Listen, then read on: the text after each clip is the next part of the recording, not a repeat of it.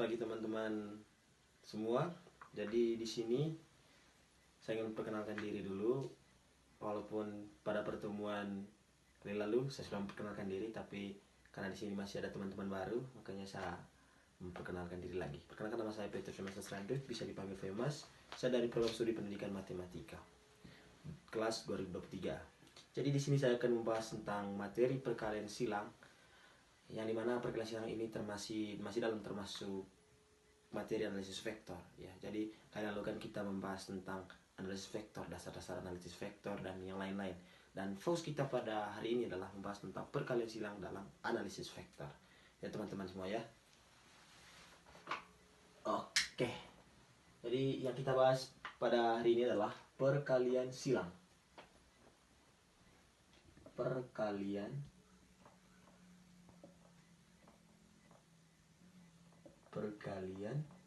silang ya teman-teman ya. Oke, perkalian silang. Jadi teman-teman sekalian, perkalian silang ini adalah termasuk ke dalam materi analisis vektor, di mana perkalian silang ini merupakan salah satu cara untuk menghasilkan vektor di dalam materi analisis vektor yang kita bahas kali lalu ya teman-teman. Jadi sebelum masuk ke dalam rumus-rumus perkalian silang, terlebih dahulu kita paham dulu apa yang dimaksud dengan perkalian silang atau definisi dari perkalian silang. Jadi definisi dari perkalian silang itu adalah operasi antara dua vektor di dalam ruang 3 dimensi yang akan menghasilkan sebuah vektor baru teman-teman ya. Jadi perkalian vektor ini hanya berlaku di dalam ruang 3 dimensi teman-teman ya. Ruang 3 dimensi.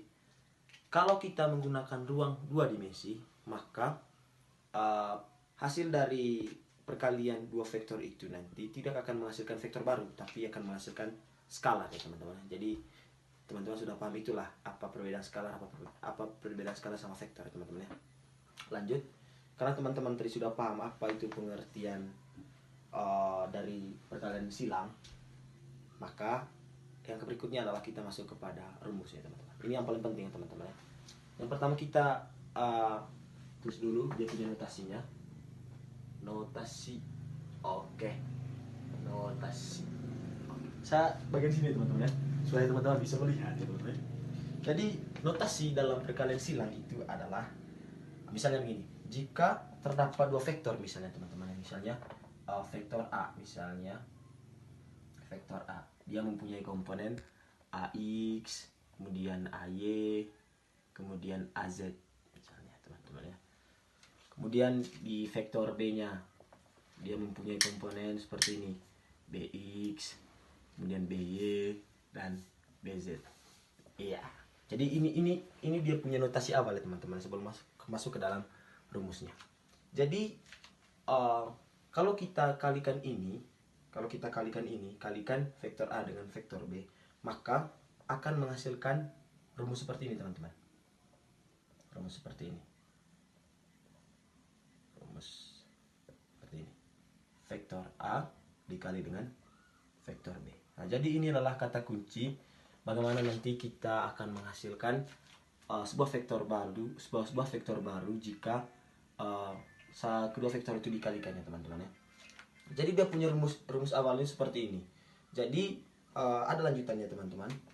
Kalau kita sudah membuat seperti ini, dia punya rumus seperti ini, lalu kita jabarkan ya teman-teman. Maksudnya kita jabarkan dalam arti bagaimana sih proses untuk mendapat sebuah vektor baru dari rumus-rumus ini, begitu teman-teman ya. Jadi seperti ini. Teman-teman mungkin pernah belajar tentang materi tentang matriks ya teman-teman. Matriks dalam matematika ya teman-teman. Kalau dalam matriks itu kan ada beberapa ordo ya. Yang pertama ada ordo 2x2, ada ordo 3x3. Tapi yang kita pakai di sini adalah ordo 3x3 teman-teman. Misalnya begini. Ini tadi dia punya rumus apa nih teman-teman? Rumus dasarnya yaitu vektor A dikali dengan vektor B teman-teman ya. Begitu. Nah, kemudian kita buatkan kedua vektor ini ke dalam bentuk matriks teman-teman. Ke dalam bentuk matriks. Seperti ini. Dalam bentuk matriks. Lalu kita isi dia punya komponen di sini, yaitu ini tadi ya, teman-teman ya. Ini tadi, misalnya komponen A begini. AX, AY, dan AZ. Itu komponen vektor A. Kemudian kita masukkan komponen dari vektor B, misalnya BX, BY, dan BZ. Nah, lalu kita tambahkan komponen I, J, dan K ya teman-teman ya, supaya dia punya baris sama kolomnya itu genap 3 ya teman-teman ya. Jadi kalau kita sudah buat seperti ini, maka langkah selanjutnya adalah kita buat determinannya. Ya kan, determinan dalam matriks itu kan biasanya seperti ini. Misalnya salah satu tulis saja di sini ya teman-teman ya. Begini. Vektor A dikali dengan vektor B akan menghasilkan nilai seperti ini. I yang ini tadi teman-teman ya. I dalam kurung AY itu dikalikan dengan BZ ya, BZ, kemudian dikurangi, kita ambil komponen-komponen ini. Oke teman-teman, kalau kita sudah menentukan dia punya variabel I, yaitu tadi AY, BZ dikurangi dengan AZ, kemudian BY. Lanjut kita mencari variabel dari J teman-teman, variabel dari J ini. Ya seperti cara sebelumnya tadi teman-teman. Kita buat dulu dia punya lingkaran seperti awal tadi. Misalnya begini teman-teman. Kan kita kan mau cari variabel J ini. Tentu yang masuk ke dalam kolom J ini adalah yang pertama dia punya kolom ini, kemudian dia punya baris ini. Nah, nice. Maka nilai yang tersisa di sini itu adalah yang pertama itu adalah AX BZ dikurangi sama dengan AZ BX. Seperti itu teman-teman ya. Jadi seperti itu caranya. Saya rasa kalau teman-teman memahami tentang matriks, saya rasa teman-teman pasti akan paham tentang ini teman-teman. Lanjut kita mencari dia punya variabel K. Iya, variabel K. Variabel K kan yang kita tahu tadi seperti cara-cara sebelumnya itu, kalau misalnya kita buat kolom seperti ini, maka yang kita masukkan ke di sini adalah angka-angka atau variabel yang tidak masuk ke dalam dia punya lingkaran ini. Begitu teman-teman ya. Kan yang tidak masuk ke dalam dia punya lingkaran itu di sini adalah AX dan BY dikurangi AY dan BX. Iya. Mungkin teman-teman bertanya, kenapa sih dia punya variabel I, AY, BZ dikurangi dengan AZ, BY. Nah, kenapa seperti itu teman-teman? Kenapa seperti ini? AY dikali dengan BZ? Ya, karena di dalam matriks itu kan ada yang bilang begini, ada yang materi begini. Dia itu harus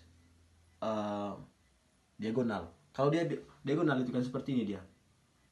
Seperti itu. Harus mempunyai garis diagonal. Misalnya A ke B, kan ini kan diagonal nih, diagonal. Begitu pula dengan AZ ke Y, dia berbentuk diagonal seperti ini. Ya teman-teman, jadi seperti itu. Oke, next. Saya anggap teman-teman sudah paham materi ini. Saya hapus lagi teman-teman ya, karena kita punya papan ini kecil.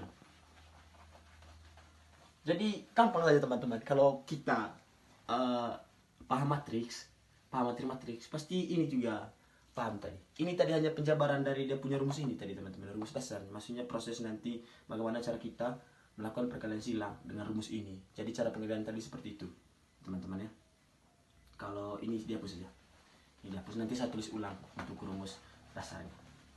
Jadi saya tulis di sini saja rumus dasar ya teman-teman, supaya teman-teman bisa ingat semua. Dia punya rumus dasarnya, rumus dasar tadi ya teman-teman, rumus dasar. Oke. Rumus dasarnya tadi sama dengan vektor A dikali dengan B, vektor B. Jadi ini dia punya rumus dasar, di mana semua pekerjaan perkalian silang nanti akan menggunakan rumus-rumus ini. Oke, teman-teman.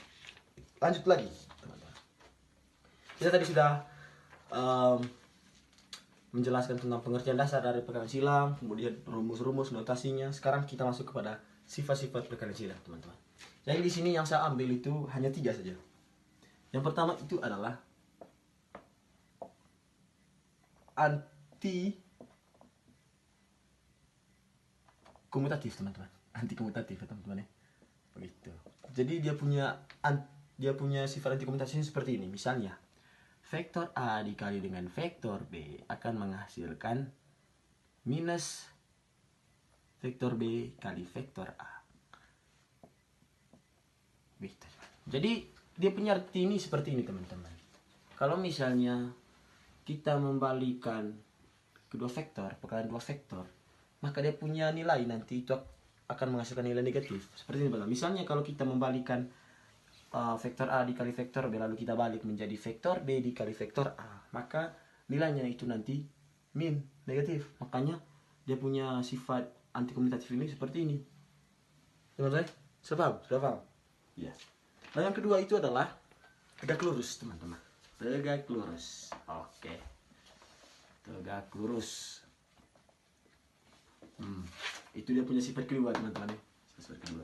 Jadi dalam tegak lurus ini, sifat-sifat tegak lurus ini, hasil vektor A dikali dengan vektor B selalu tegak lurus terhadap vektor A dan vektor B. Iya, seperti yang saya jelaskan di awal tadi teman-teman. Seperti itu dia. Oke. Lalu yang ketiga itu adalah sifat-sifat ketiga yaitu adalah distribusi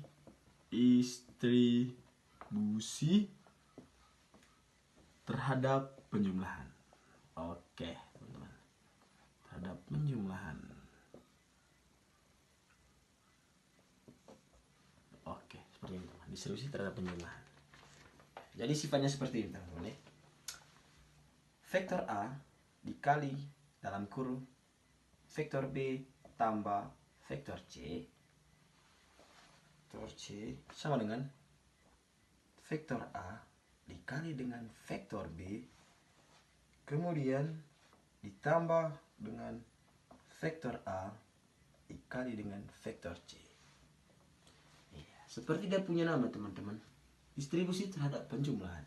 Jadi kita jumlahkan yang bagian ini, kita jabarkan seperti ini. Ya, kenapa seperti ini?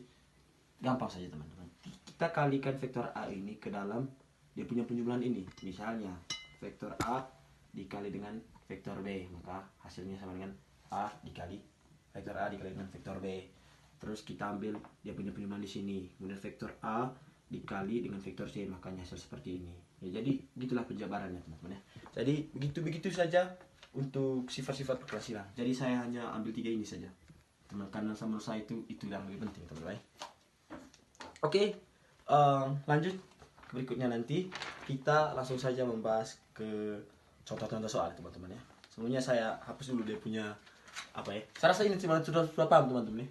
Harus paham teman-teman, harus paham.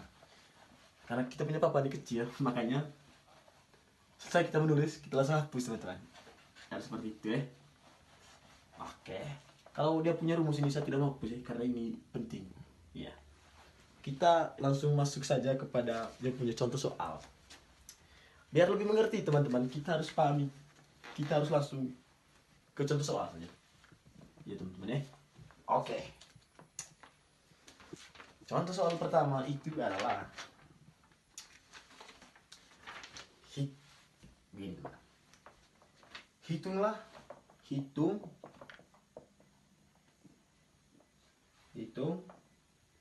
vektor A dikali dengan vektor B untuk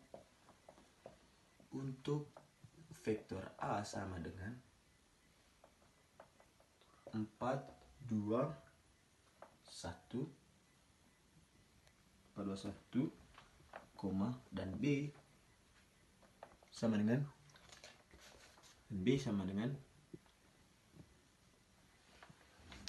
3, 5 dan min 2. Ini kita punya soal teman-teman, soal pertama teman-teman. Jadi bagaimana cara pengerjaannya?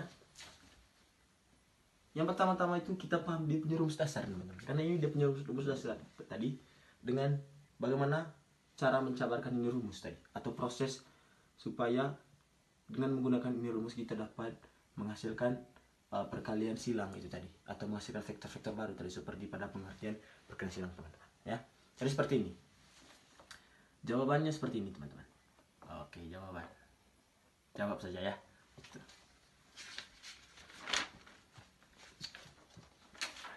Pertama-tama itu kita pisahkan dulu mana yang kita ketahui, mana yang perlu kita tanyakan, seperti itu. Biar rapi kerja teman-teman. Yang pertama, yang perlu kita bisa adalah apa yang kita ketahui di sini. Diketahui. Oke. Yang diketahui itu adalah bahwa vektor A mempunyai komponen yaitu 4, 2, dan 1. Kemudian vektor B-nya itu mempunyai komponen 3, 5, dan min 2. Nah, kalau kita sudah menulis seperti ini, langsung saja deh kita masuk kepada dia punya rumus dasarnya. Nah, rumus untuk mencari nilai ini P. Begitu. Jadi rumusnya seperti ini. Nah, kita masukkan vektor A dikalikan dengan vektor B. Kita masukkan dia punya rumus sama dengan, nah ini rumusnya ya. Oke, ini rumusnya sama dengan, tadi kan dia punya penjabaran kan seperti ini, seperti tadi teman-teman nih. Dia punya komponen I sama dengan AY BZ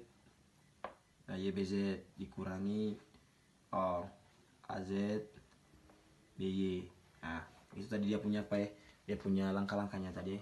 Kita tulis ulang saja. Biar lebih paham. Kemudian J. Dia punya komponen J tadi ada apa saja? Yang pertama itu ada AZ dan BY. A dan BX tuh. Kemudian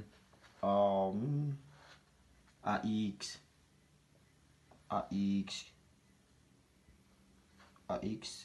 BZ. Kemudian dia punya komponen apa tadi? Komponen K. Apa saja isi di dalamnya?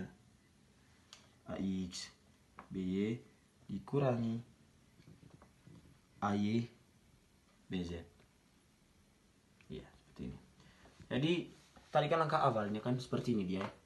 Dia punya penjabaran untuk dia punya rumus ini. Kalau kita sudah paham ini, kalau kita sudah buat seperti ini, langkah yang berikutnya adalah kita tinggal masukkan dia punya komponen vektor A, kemudian dia punya komponen vektor B.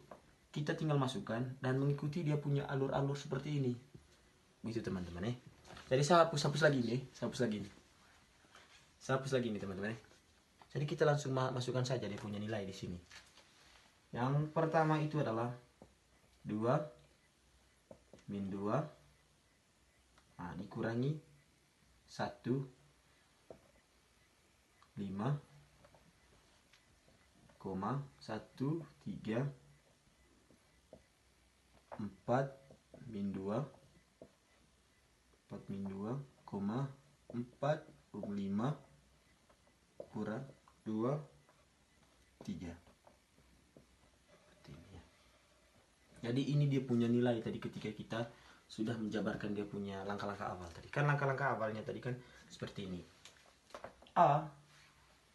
Vektor A kali vektor B itu sama dengan, yang pertama tadi kan komponen I-nya kan tadi AY BZ itu.